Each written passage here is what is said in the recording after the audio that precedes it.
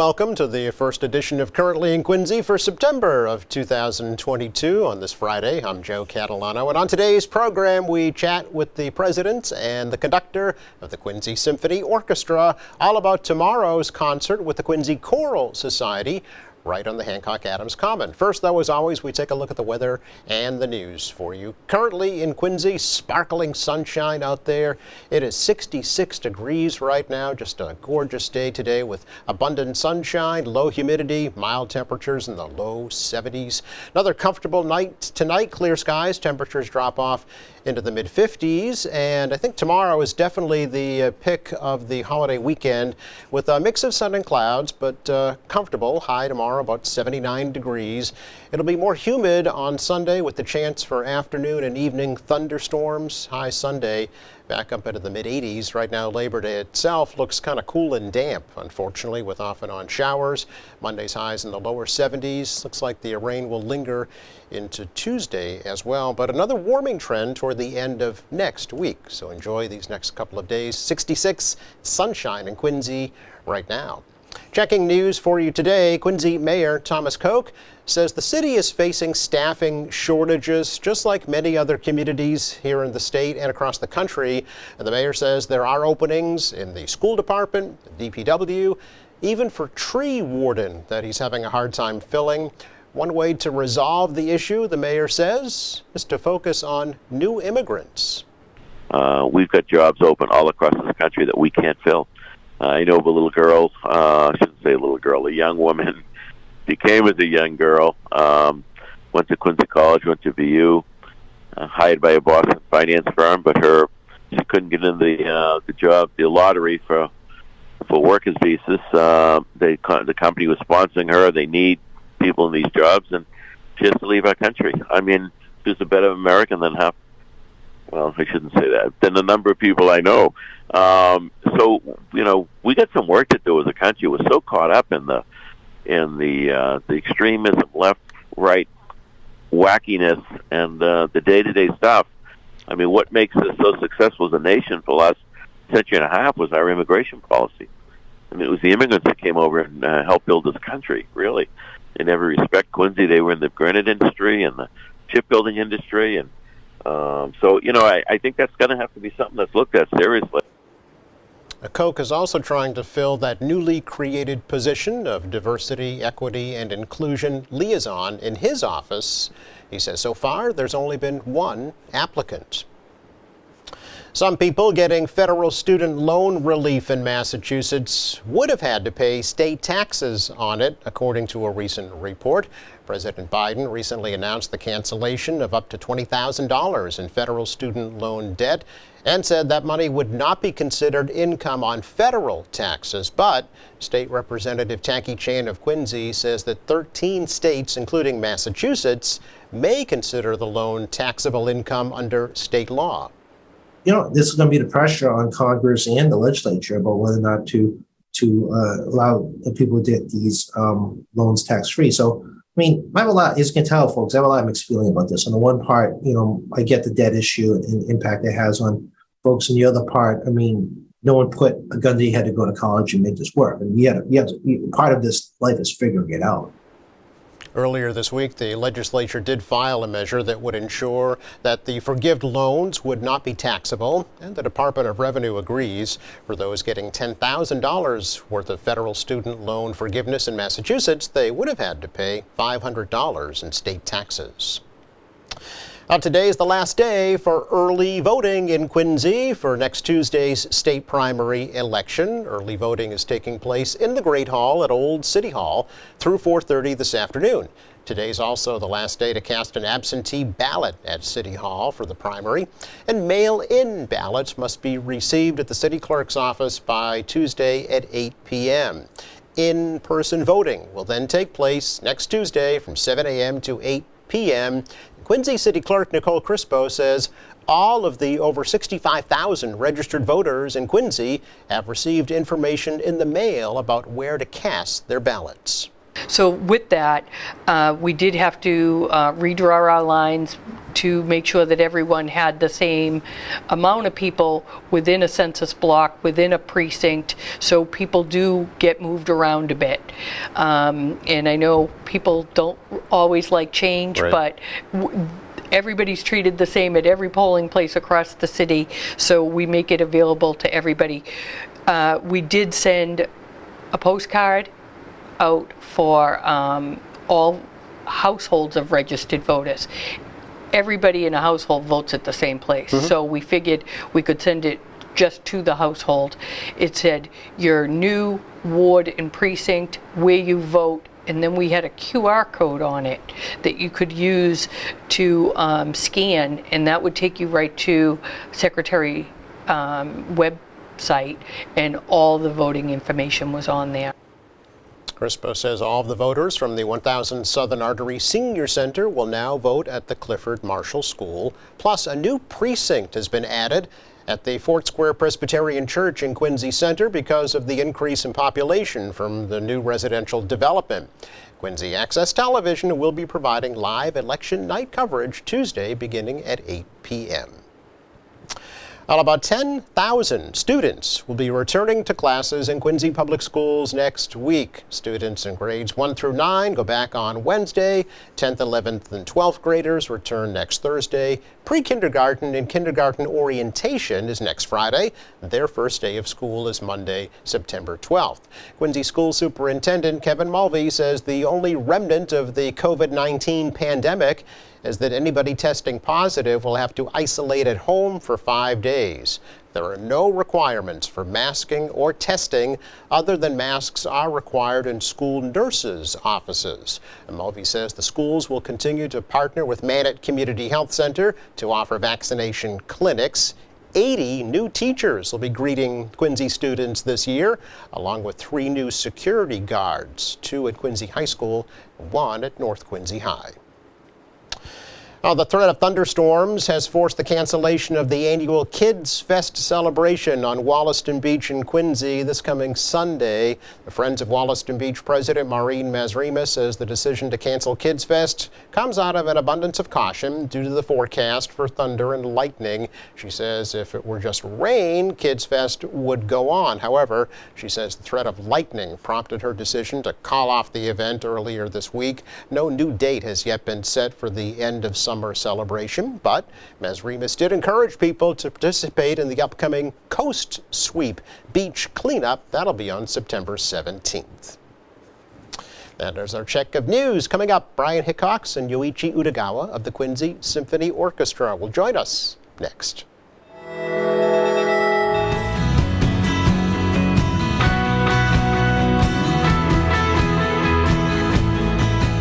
Welcome back. What better way to mark the end of summer with music? And who better to do that than the music men of Quincy? Brian Hickox and Yoichi Utagawa are here from the Quincy Symphony Orchestra. Hey, guys.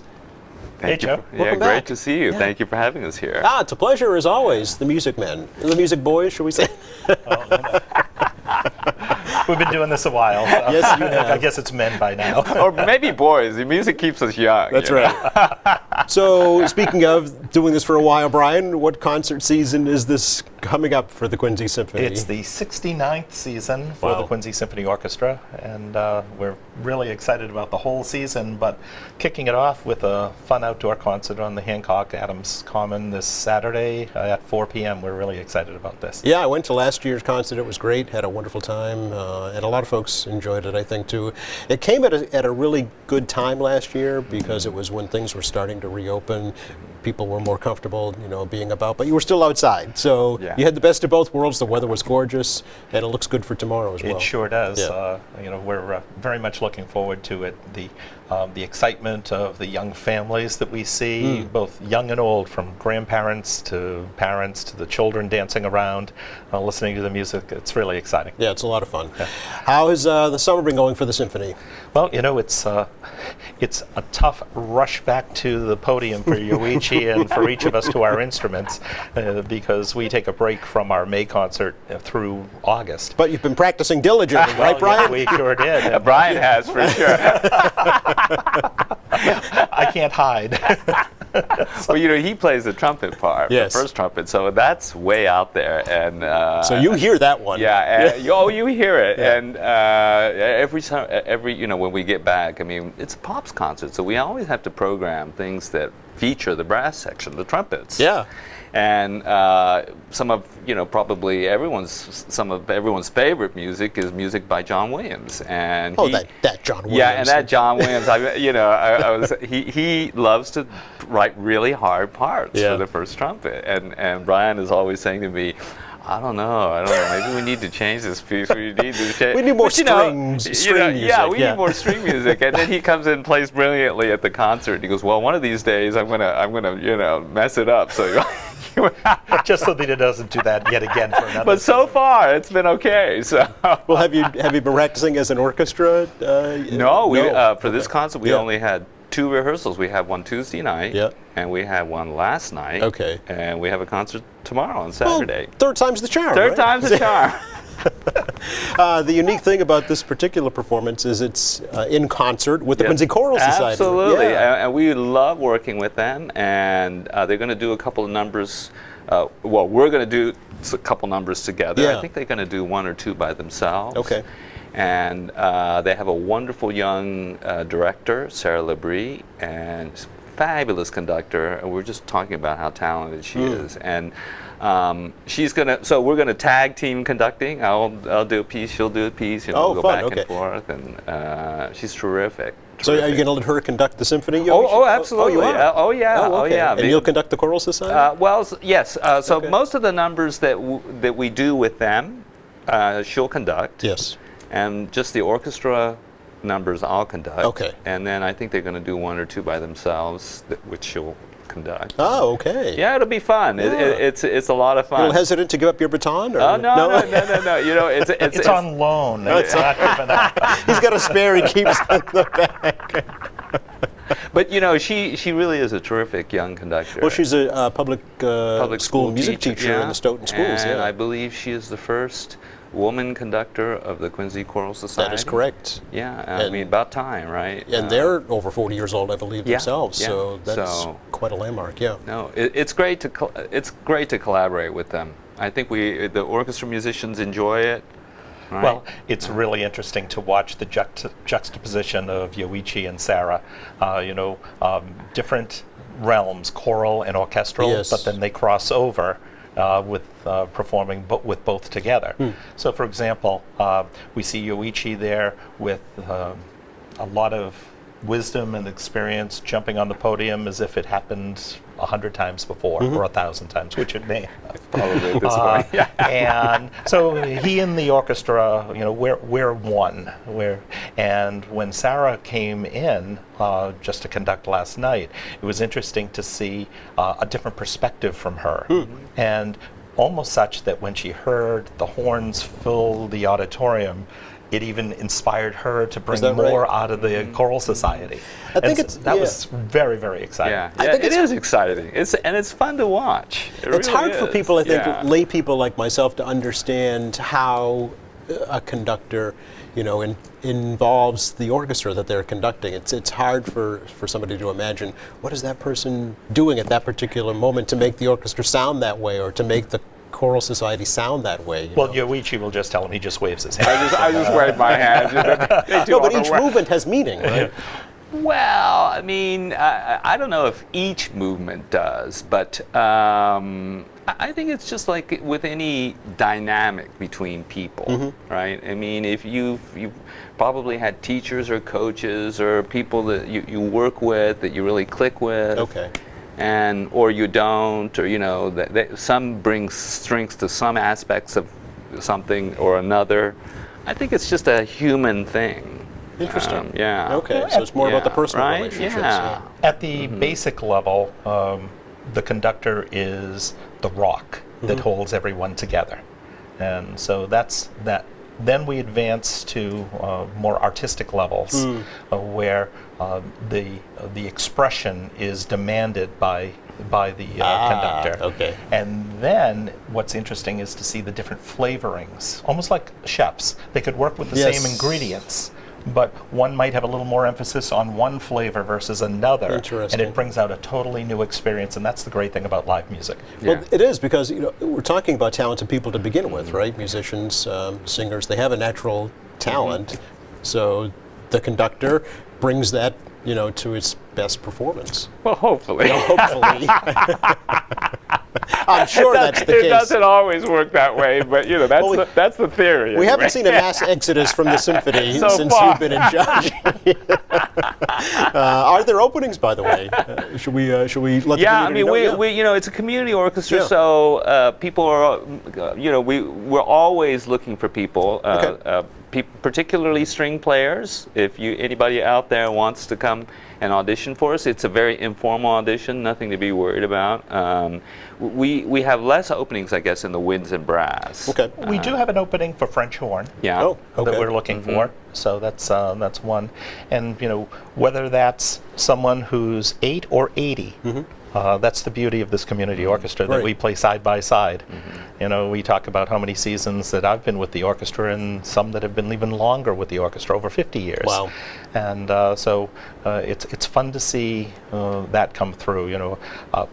50 years ago, I was just talking to Yoichi, my mom, who passed away today, some 13 years Really? ago. Some 50 years ago, she saved up to buy me my first trumpet.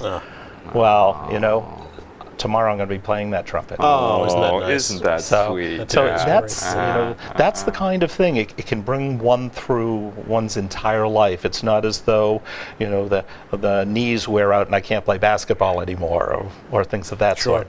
So that's fun to see, and so it's a tribute. Now, my mom had some musicality. She was in the church choir. My dad and she met in Quincy. Oh, really? At a church, and my grandmother was musical too. She came to the United States from Sweden 110 years ago. Wow. This year. Wow. So, when you think there's musicality, but it doesn't need to be professional musicality. Sure. Yoichi will bring that professionalism out. So let's talk about the show then. It is tomorrow, 4 p.m. on the beautiful Hancock Adams Common, right in downtown Quincy.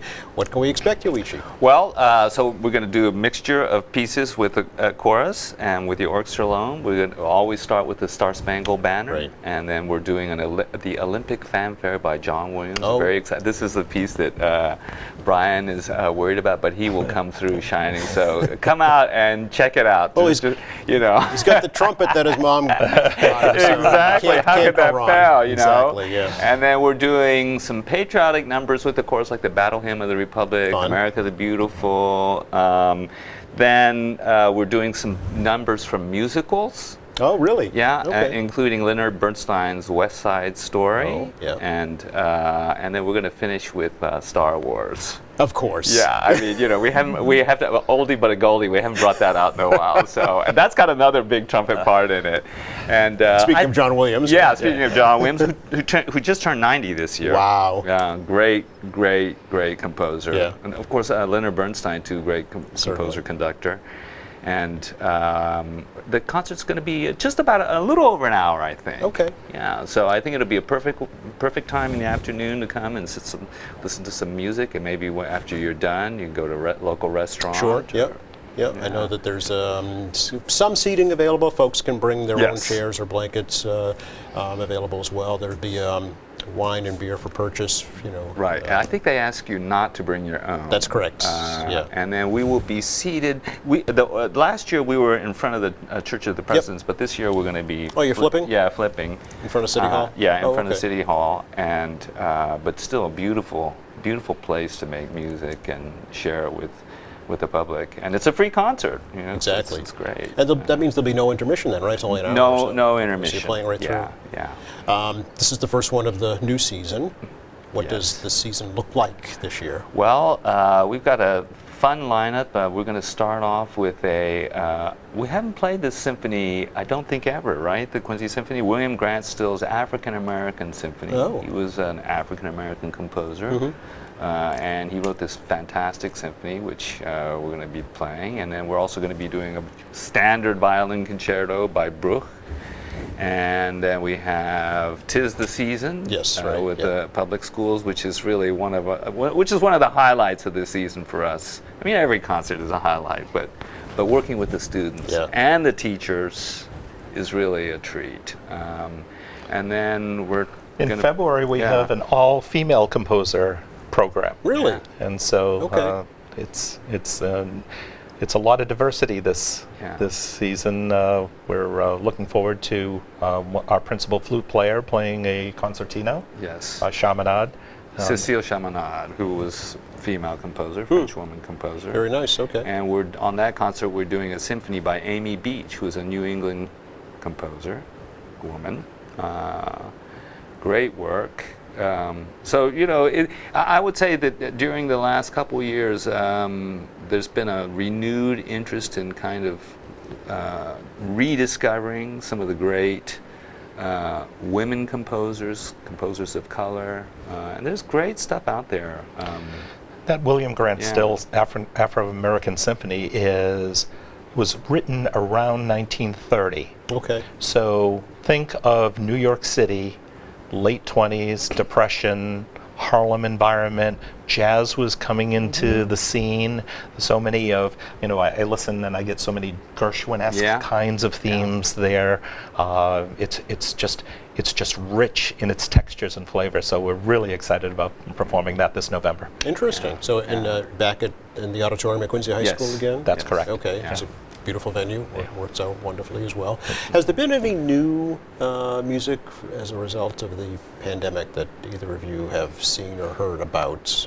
Well, there have been a couple, and actually we've talked about performing this piece. I have a close colleague who regularly conducts gospel night at Boston Pops. His name is Charles Floyd, and he wrote a piece, Hymn for the Fallen, referring to the whole COVID Yes, period. yeah. And I've done that with a couple of other orchestras, and we might bring it to Quincy. Okay.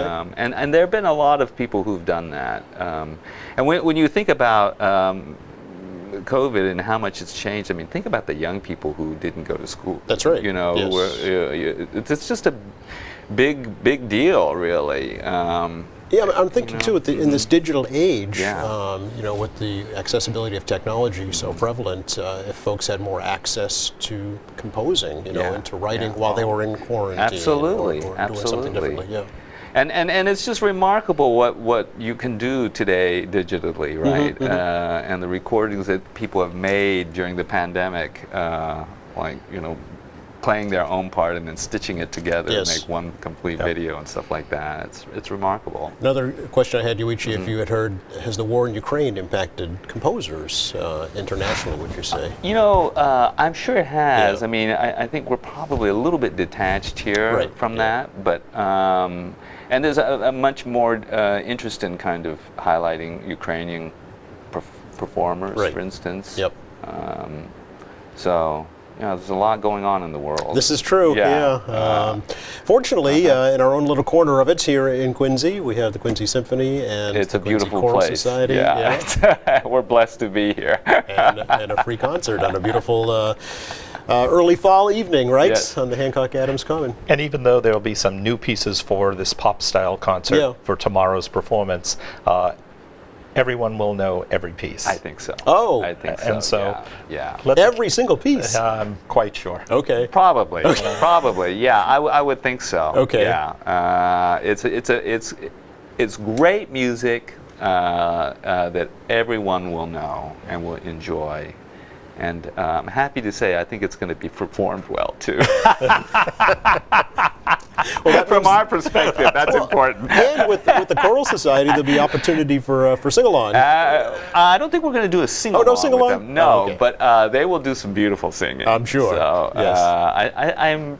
we were very gratified. I think everybody last year really enjoyed the concert, and I think we've put together another concert that people will enjoy. Well, you've really started a new tradition, Yeah. in Quincy Center with this performance, I think. And we have to be very grateful to Mayor Koch and also the City of Quincy for helping us do this. And if it weren't for their support, we wouldn't be able to do it. So Nice, yeah. really need to give a shout out to them and our thanks.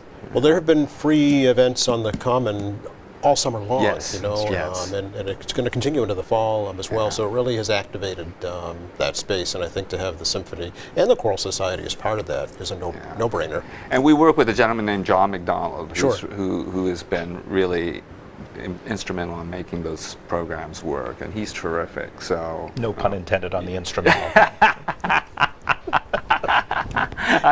He's a conductor. How could he not I know. speak in musical terms, right? I look forward to the upcoming concert season and tomorrow night's performance as well. And I want to thank you both for coming in this morning. Thanks, Thank Joe. you very much, Joe. Always a pleasure. Great to pleasure. see Thanks you. so Yeah. much. Just enough time to check the weather forecast, and it looks great actually for today and tomorrow. The rest of the day today, wall-to-wall sunshine, low humidity, mild temperatures, low maybe mid-70s. Open the windows tonight, mid-50s. Nice tomorrow, a little warmer, but still around 80 degrees. Starts to get dicey on Sunday with some afternoon and evening storms. Looks kind of wet and cool on Monday, Tuesday as well, unfortunately.